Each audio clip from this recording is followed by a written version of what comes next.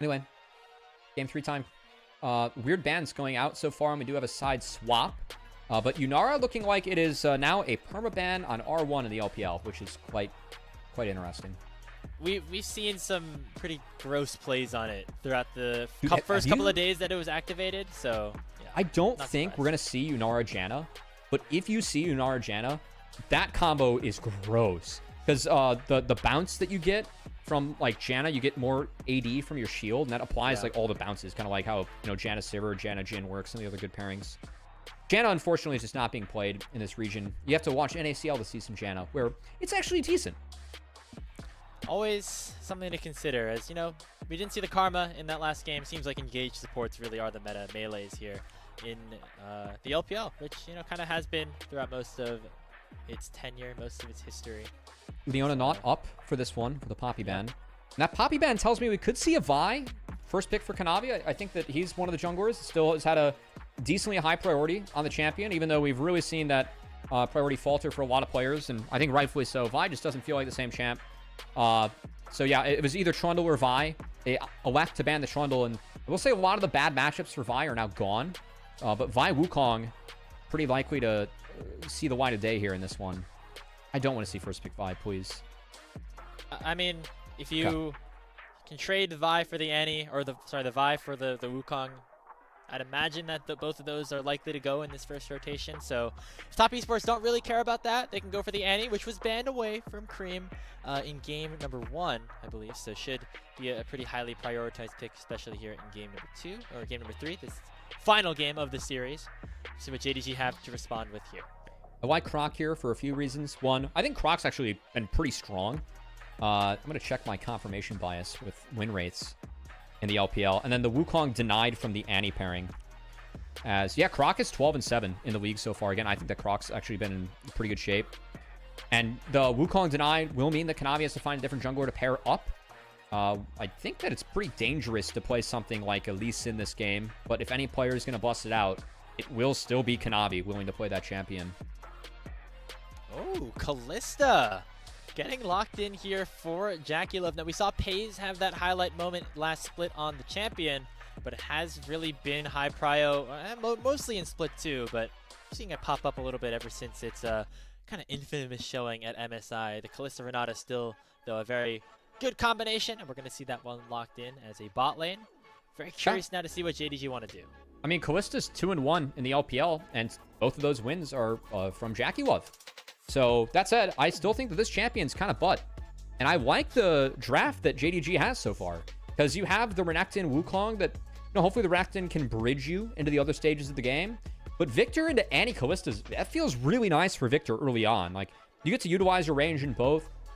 Annie, if you dodge out on some of the earlier gank windows, you outscale that matchup as Victor. It'd be really useful later on with the lasers and the pokes. So I think JDG has a lot of range to play with in the Kalista already, which I like a lot. And I like the Viego ban. I think taking away some of the carries are big, whereas top esports, Karma ban, so preventing the Ezreal Karma combo.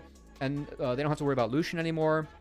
I don't think that Peyz strikes me as a Draven player, so probably to see a Xayah ban. And then we'll see what they pick into Kalista. I mean, you're kind of stuck with going like Senna, which is a really risky matchup to play. Very dangerous to play in the early game. Or, I mean, we could see Caitlyn, but even that matchup's like not that good. Oh, they actually give the Xayah. Okay, we're probably going to see Xayah. Provide a little bit of extra Peyz, safety man. here. Peyz, Yeah. very good on this champion as well. Just creates, in addition to that, very nice front to back for JDG in some of these team fights, and maybe the potential to outscale what an Annie Kalista can do in terms of damage once we get later on into the game. Corki, also something that could make some sense. Yeah, it's playable. Is very strong, like level 1, if you use that Gatling gun, right? So maybe you can get yourself an advantage there. That was really playable. I think I'm going to be curious to see what support Zhuo goes for, because this pool is being really attacked. Like, you don't want to play Nautilus into Renata, and Leona, it's playable, but into Kalista Renata, like, it feels terrible. So I'm curious to see what they pair up with the Corki, as we have yet to see Kanavi play Nefiri this split, but frankly, with all the junglers taken off the board this game 3, again, said it was going to be tough to play Lee Sin. You don't want to play Lee Sin in the Renekton. That feels terrible, so going to be Nefiri locked in for Kanavi. He was really good in this champion when it was strong. So we'll see what it looks like in this game 3. Yeah, I mean, very easy to forget, but there's been so many games that have happened every single day of the LPL this split, but last split, this Neferi was basically pick ban the entirety of really the regular good. season. It was very strong. Obviously got hit with a little bit, and kind of the jungler priority shifted as well. But Kanavi was one of the reasons that this pick was almost pick ban, earning multiple MVPs on it. And now we get a Bard to finish things off for JDG. So kind of separating themselves, getting themselves out of the 2v2, not prioritizing that, instead allowing for Zhou to become more active across the map. All right, Grapes. I think if there's any series or any draft that JDG can and should win, I'm going to say I think it should be this one. I like their draft a lot this game. I think the value of Victor, the poke's really good. You're playing Bard into a immobile Annie. Also, playing with Bard timers when you're kind of playing around like a Narm Mega timer can sometimes be really good because you can force fights on and off those timers, or like stall out a fight to try and prevent that window. I'm just a little bit scared of the snap engage from the Annie, but it feels like JD Gaming got a lot higher priority champions across the board, like Wukong versus Neferi. Wukong, dude, is a really strong pick right now. Neferi kind of fell out of the meta, right? Renekton really good right now. You can play Narnuit, but I favor the Renekton. Kalista Renata is really only being played by top esports, so I think the Victor Corki and like everything that we have over for JDG, I see this as a very winnable game for them. I think their mid game is going to be a little bit stronger, kind of depending on how the early game goes with the Corki Bard matchup. Bard is better outside of lane than in lane, so the lane will be tough, even in spite of having the strong early levels from Corki, as you highlighted, Grapes. But yeah, this is going to be... I really feel like JD Gaming can win this game and win the series. I like the draft a lot this game. I think their game plan, like how I see them playing out the game, is a lot easier to execute than what I see over on the side of top esports. I'm eyes on Kanavi. I mean, it seems like a lot of the team is set up around him to succeed in this game. He's on a carry jungler, something that not necessarily as popular these days in this split, but he is going to have to take a lot of that mantle to help lift Top Esports to their 8th win of the season. As here we go, game number 3 between JDG and Top Esports starting right now.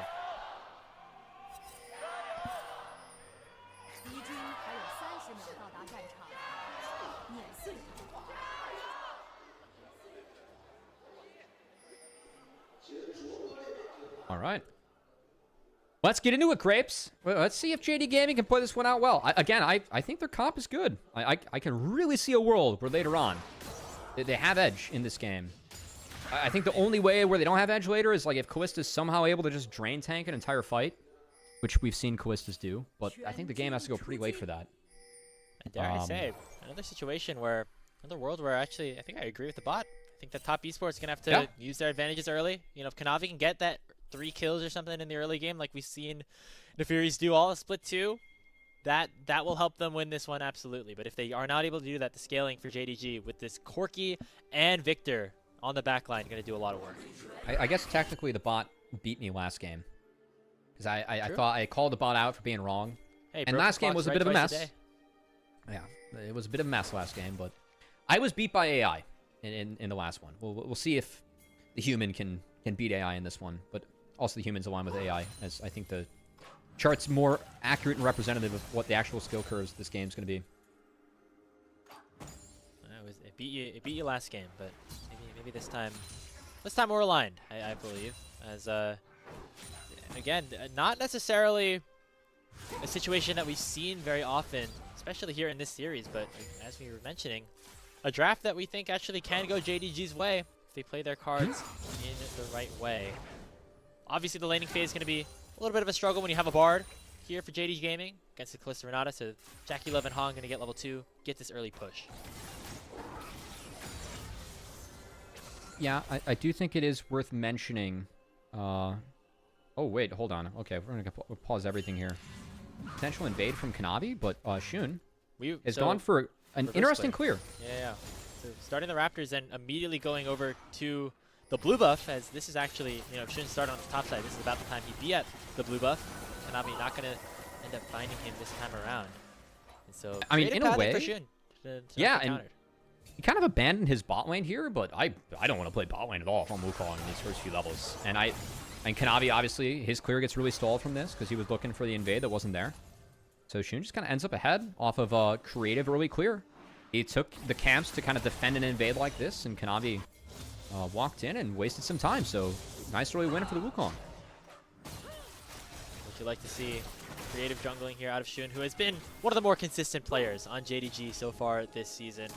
kind of getting lost in the struggles that this team has faced, but overall pretty happy with how he's done on this kind of roster that was seemingly thrown together towards the back half of the offseason, then swapped around as we've gone throughout the year as well. But Shun and Peyz, again, some of the more consistent players that we've seen all year. Really like what I saw from Peyz out of there. He actually bluffed his base. So Hong spotted him recalling and didn't harass him for it, just kind of walked away. And now Peyz is going to stop this recall. Really cute by Peyz. Really well played. Also, that W damage on the wave is stupid. Gee willikers. Okay. I did not realize that the level 1 W does that much damage. Yeah, I mean, you can... Holy cow. I mean, that's part of the reason Corki is like very strong in the early game. If yeah. you can find the right matchup, because the Gatling gun and if you can aggressively W forward, you really do a lot of like just a lot of dot damage. Well, early on, I mean, the swap's coming in now. We never had JackeyLove actually fit in a recall, and we haven't had a Kanavi recall yet either. So like that kind of takes away the extremely early Drake timer. I think top would have to fit in some recalls. They want to go for this, as Kanavi does end up with a double crab. So while he didn't find the fruits of the invade, was able to get a little bit of a lead here. I think they're just going to clean up his camps, and any window for an early Drake's going to be missed, as we just have Peyz getting some alone time in the top side against Gnar, which is a fine situation for the Corki to be in. Whereas Xiaoxu going to do his best to get as much as he can down here. Given no base from Kalista, should be okay. Goldie, though, very much in the hands of top esports, as they have found advantages across multiple areas of the map. Obviously happens here mostly through the bottom lane, but you have to give some credit to 369 and Creme for finding some marginal advantages themselves. Nothing that JDG cannot fight back from, though. As you're really waiting for them to hit a couple of items to become fully online here in this game, Cubby. And now, very curious to see what, in this lane swap scenario, Zhuo was able to do. Yeah, see him actually not join with Peyz, as he's fighting 369 kind of solo up on the top side. Yeah, I don't exactly know why Zhuo's here. I don't think that he really impacts this at all. I mean, I think the best thing, or best news right now, if you are JD Gaming, is that Peyz is actually just getting free time. But he's down a little bit in CS, and I'm not sure if that's from the swap or how the matchup's actually going top. He does have to be a little bit worried right now with 369. Did proc Mega and does have 6. So it looks like Peyz is seeding a few things, and Zhuo just doesn't have any impact on the map at the moment. Again, it's going to take some time for this JD Gaming comp to get online, but we do like where they can be if given that time. For now, though, going to be top esports claiming this first dragon. Kanavi on the Neferi has not done too much here to start this game off, but has at least been able to claim some of these objectives, which you like to see. That dragon, first Drake going over to top esports, was definitely dead in draft. You're playing against Annie Kalista. If you lose first dragon, then it's might be enough to actually FF a scrim. I'm going to be honest. Here, you don't normally think of Neferi as like an early game champion, but the dueling power that it has, like even pre-6, very strong, and it feels like a very snowball-y pick, especially now that it's fallen a little bit in priority. So if you're top esports, the gold lead that you have based off of CS and the objective that you're able to grab is nice, but you definitely want to see them try to find some plays here with Kanavi, hopefully using the setups potentially from the solo laners here. Creme and 369 have some nice gank assists in their kits, and you want to get this Neferi rolling because it is such an integral part of how this composition has to function once you get to the late game.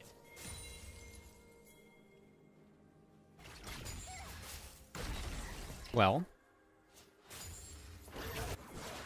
I'm curious what they can do before the late game really hits. Because again, I think the top esports, it's really important that they play these early levels well.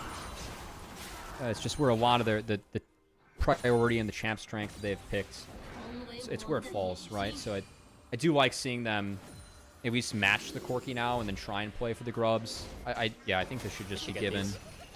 There's no way that this can be contestable. I do think that JD Gaming, like, look, we're looking at a Roa Victor too. So I think the script of this game, it's going to be, you know, what can JD Gaming do to just kind of try and harass or stall what's going on? And when we look at the swap that they made, that didn't really give them anything. Like, Peyz is still down compared to JackeyLove. He's only up a level.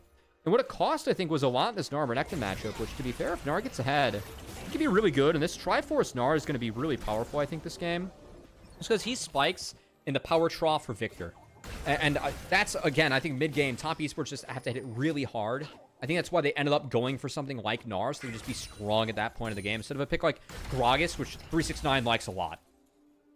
That's a good point. Just making sure that you're at the best position for something like a Rift Herald fight around a third dragon, where you can use some of these AoE ultimates. You can try to get Kanavi ahead and snowball the game from there. Because if you're not ahead after that period, that's where the Victor upgrades start to come through. Peyz can get a couple of items, and now it's actually Shun and JDG looking for a play on the top side of the map. They're going to look first for Hong.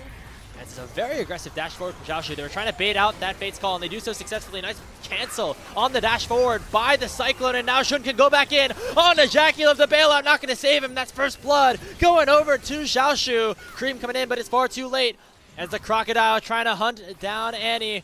Not going to find anything other than that first kill, though, but a successful play from JD Gaming. And this is, like, why I think the comp for JD Gaming works, because, again, Renekton's kind of the bridge to the rest of the game. And how Shun and Xiaoxu play that one, really nice from the Renekton. Is we're level 7, got steel caps, just pop R, be the big tank that you are. Between that and then the Fury Engage being stuffed from Kanavi, ended up with an easy fight and a nice play to stall top esports. What we talked about with JD Gaming, they need to do stuff like this. You can see very patient in terms of utilizing their big abilities, and once that face calls out, Cyclone to block the call to pack, and then you go right back in on it. Yeah, it was really well played. The focus on JackeyLove, really good at the end, too. Creme just has to get out of dodge after the TP, which I do think you need to throw. Again, this is the window of the game where you want to find these fights as top esports, where the champs on their screen are going to be stronger than the champs on their opponent's screen. That's a really good play in deny from JD Gaming, who, I mean, leaning on some of the strength of that Renekton there, going to try and act as the bridge, and good job by Xiaoxu and Shun to play that one out the way they did. Top side of the map. One of the more consistent parts for top esports, something that, for Xiaoxu, he's been stable so far, but waiting to see him take the next step. Help JDG get to that next level. He's down in CS, but he's been able to play these fights out really well. Help JDG even up the gold, at least a little bit for now. That is a good position for them to be in. Next step is trying to fight around these mid-game objectives. Zhuo harassing Creme just a little bit before backing on away. I do like that. He actually prompted a walk from Hong and Kanavi to come up here and make sure that Creme can pick up this wave as the plate goes to the way of Scout. And the scaling pick so far for the JD Gaming mid laner, looking good. I mean, he's gotten out of the window. It's like one more scary window here that he's got to survive, where he's flashless. That was part of the trade that him and 369 made off screen in the bot lane. So I think that with Roa stacking and going up against Blinkness Annie and this Nefiri, like, this is a scary window for Scout. So I do really like how Zhuo is hovering him and they're playing towards his lane. I think that's necessary. But after that, like, Victor's just going to be better than Annie for the vast majority of this game. Once he gets the Roa stack, some more items under his belt. And JD Gaming in a really happy spot, just being at a happy medium. You're fine being down to 3 Grubs and 2 Drakes. I think you really signed up for this when you drafted the comp. The fact it's even gold is a big positive for JD Gaming moving forward. Yeah, and they're having a nice response on the top side of the map with this dragon going over. Gonna get most of this turret, if not all of it. And put themselves in an even spot in terms of the feats. However, JDG looking for a play on the backside of things down top lane. Already forced some dominance out of Xiaoxu, but he heals up a lot. Stuns up the Nefiri, but he goes on target at the perfect time. Maybe some dis-synergy by the Tempered Fate of Zhuo. Not going to matter at the end of the day, as top esports do get themselves the kill, but JDG going to answer by picking up this first tower. And that's first bricks versus 3 Grubs, and a big one too, because now we're going to have to decide the feats by the next couple of kills to come down. And JD Gaming's ahead on the play. Like, they're able to play an extra wave because of this. So you can see the Corki with Peyz mid. So again, I think that JD Gaming, they know that top esports are the stronger comp for the Grubs, for the Dragon early on. They're trying to play around it and doing so really successfully. Shun a Triforce, that's a solo kill. Woo! Just, I mean, issuing all of the skills necessary onto Creme to take him down. A solo bolo for Shun in Creme's own damn jungle. Great find. Really nice job. And I like what I'm seeing from JD Gaming in this game. Like, there have been a couple instances where, you know, we kind of asked in past games, like, we've seen a couple tough early games against top esports. Like, okay, like, is Zhuo in the right spot? Or why are they committing to this play? I think game one, the big story was the bot side jungle was just top esports. Like, we kept on seeing JD Gaming trying to commit to the opposite side of the map where they had control, because they had control on the other side. That really caused them to fall behind in game one. This time they give away the objective, they play for the strong side, it ends up being really good. So I really like what we're seeing from JD Gaming here. I think we're actually seeing like some decent plays and growth, as 369 knows there's no Cyclone on Shun, and he's going to get very aggressive here. Wow, yeah. You see that rage bar pumping up too, knowing that JDG have to now back away. So nicely done there by top esports to try to alleviate some of this pressure. It allows for Kanavi to jump in and take the steal of the Wolves himself. Goes untargetable to get away from that big rocket. A nice handshake here from Hong to get everybody out safely. So overall, still top esports playing things out well enough. But overall, very happy with where JDG are at, specifically towards that top side of the map. I mean, Xiaoxu's been playing well, Shun found that solo kill, and now Scout really starting to scale here on this Victor. Yeah, I think on the flip side for top esports, like, again, I think early game, they still have to continue to play aggressive. Second item on Kalista is going to be really big. But at the moment, I think the 369 is going to be the point of power, because the Triforce Gnar is going to come in for the next base. He's going to complete the Cole. He's been farming up nicely this game, playing out his matchup well, as we've seen. And he's going to have to be big in this mid game, because if it gets too late in the game, this will be JDG's game if it goes way late, like in a siloed think tank, right? So for me, 369 on this Trinity Force spike, going to have to get something positive done for his team. Have to try to find a play potentially here around the Herald. Remember, JDG don't have any of these growths, but they might want to try to get some tower pushing themselves. Kanavi jumps in, but it's going to be shown to secure the Herald and the Eye. He jumps right back in to pick it up. Everybody else on JDG going to get out all right. There's also Peyz with double buffs, actually able to kind of pressure JackeyLove, get him out of there a little bit. So he's got a level. Keep in mind that he was in the 1v1 for a while in that early game.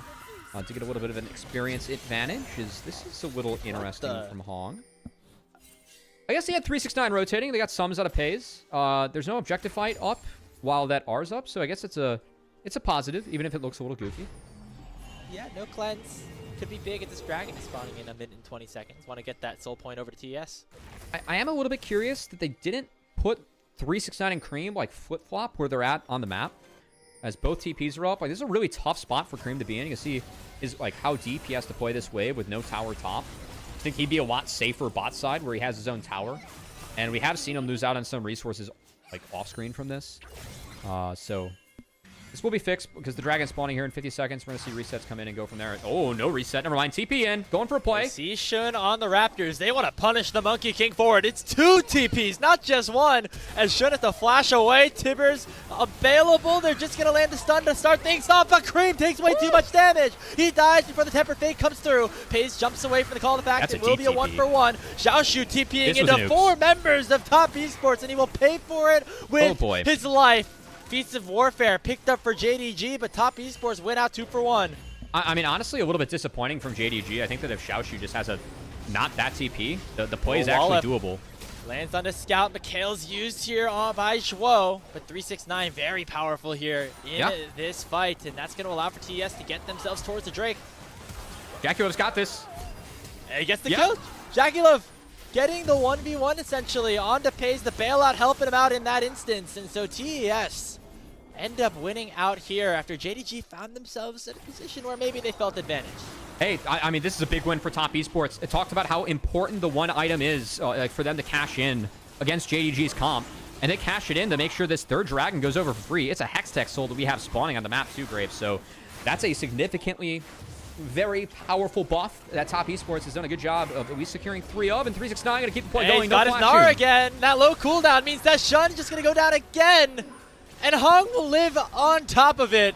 Make it, 3 kills in a row there for top esports. And I mean, we asked for 369 to step up with this Trinity Force completed on the Gnar. God, has he done that and more. But with the last set of plays that we saw, really driving home the, I guess, small advantage he had. Just this, again, the strength of his champion. Like, he's TPing with Triforce immediately here. This is where Gnar is at his strongest, especially level 11 with Annie. I mean, this is a fight that top esports wants on this timer. And in the opening, like, this is a decent ult from Zhuo. I think that it bought a lot of time. Just this TP from Xiaoxu is way too deep and unwarranted. Like, no one can follow up. Scout doesn't have the TP available to follow up. He also TP'd kind of in the Narnia. I think he went for the bot lane, which is what... Yeah, it's what prompted this initial set of plays to occur. And then, oh man, Peyz just ate 1 Q, goes for 1 auto that he probably could have, and now Zhuo to connect. And yeah, that's the power of the Kalista with the hostile... the bailout from Hong. So, well played by Top Esports bot lane. Well played by Top Esports. That's 2K gold lead. Something they really needed. I mean... Yeah. We mentioned the mid-game being a big spike for TES, and so even though JDG were behind, the champions at hand still stronger in that current moment, especially with Scout out of position for the start of that play. So nicely done by Top to know that even though they felt maybe slightly behind, that they could capitalize on this moment, and now they're put into that position where maybe that snowball can start to roll a little bit. We're waiting for JackeyLove to get that second completed item. Same for Creme and 369. Once they get there, they can continue to spike again. In 3 minutes, they play for that Hextech Soul, and now they're in a much better position to do it than they were about 5 minutes ago.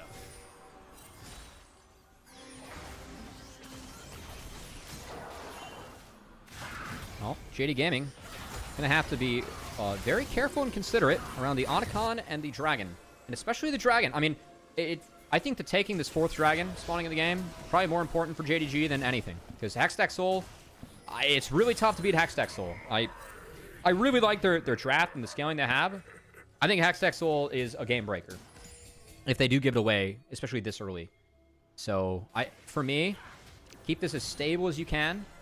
And you got to buy a lot of time for victory, especially with this build. I mean, Scout's going for like the max health stack, you know, the Andre stack build. Definitely going to be a difficult one for JDG to play out because his build's not going to be ready for the next fight by the Hextech. So they're already going to be at a disadvantage for that. JDG, after losing that fight in the mid lane, need to now weather the storm to make sure that they do not fall too far behind here in this mid game. Allow for Top Esports to snowball this one to a 2-1 win. They're now looking for a pick in some capacity, fighting around the magical journeys of Zhuo. Trying to escort Scout into new locations. He has that Roa fully stacked, but as you mentioned, still waiting for that second full item to come through. The wave's still all Top Esports. They've really, like the last couple of waves, they've sacked this top side. They don't have an outer, so they don't need to respawn right away, but they're really trying to move the Annie down here to at least threaten the Otacon. Now, the nice thing is that all the flashes are about to be available for JDG. So still have to continue to remain vigilant and careful about that. This Top Esports will be fixing the map, and no way that JDG can play the Otacon. It'd be very risky for them to hit that a minute out from the Dragon, and just given they're still at a disadvantage. So I think Otacon is going to be ignored. X-Fight's going to be the move, and this could easily be the game for JDG and Top Esports. I mean, items coming in. Kanavi's in really good shape. 369, really good shape. Almost have the Andres ready for Creme here, too. And JackeyLove, yeah, just got Rage Blade and Change. So I think that we're in a very happy spot as Top Esports, and I'm curious how JDG is going to try and play their way out of this one. I think they need to play and use a lot of lasers, give themselves the best chance. They're looking for Hong immediately. He has to flash away from the Tempered Fate. I don't like that R. Zhuo, but it's only a summon to spell off the Renata. Yeah, like he split from the Kalista. I don't like that R. Like that's you're gonna take flash away from any champ in the game. Is that the one you really want to take flash away from when you have a Fate's Call in your back pocket? I don't think so. Yeah. You should be able to just come right back into swing of things after this reset with Dragon spawning in 15 seconds. Top Esports, this is, I feel like still an angle for them to fight this though. Oh no, this is going to be their fight. It's going to take them a little bit to get control, but yeah, like Kanavi with the flips and the airborns can definitely get in here and help impact it. And, well, okay, Redemption's going to be dropped like that. So mid-rush controlled. Redemption used for it. 369 is going to try and get to the point where we're going to start stacking Mini back. Because he's on the cooldown. Just got on the Mega. And I think that's what they're waiting for. They did a decent job finding control here. Maybe he was stepping a little too far forward, but instead playing aggressive enough and on the edge. Make sure that he could dish out some DPS and push Top Esports away from what would be the Hextech Soul Dragon. It's still not been fully committed to by either team. Now Scout and Xiaoxu have both arrived. A full 5v5 is in our waits. We're waiting to see who will pull the trigger first. Kanavi Everybody's playing so tensely. They know how high of a stake this fight will end up having. It's like World War I trenches right now. We each have a brush.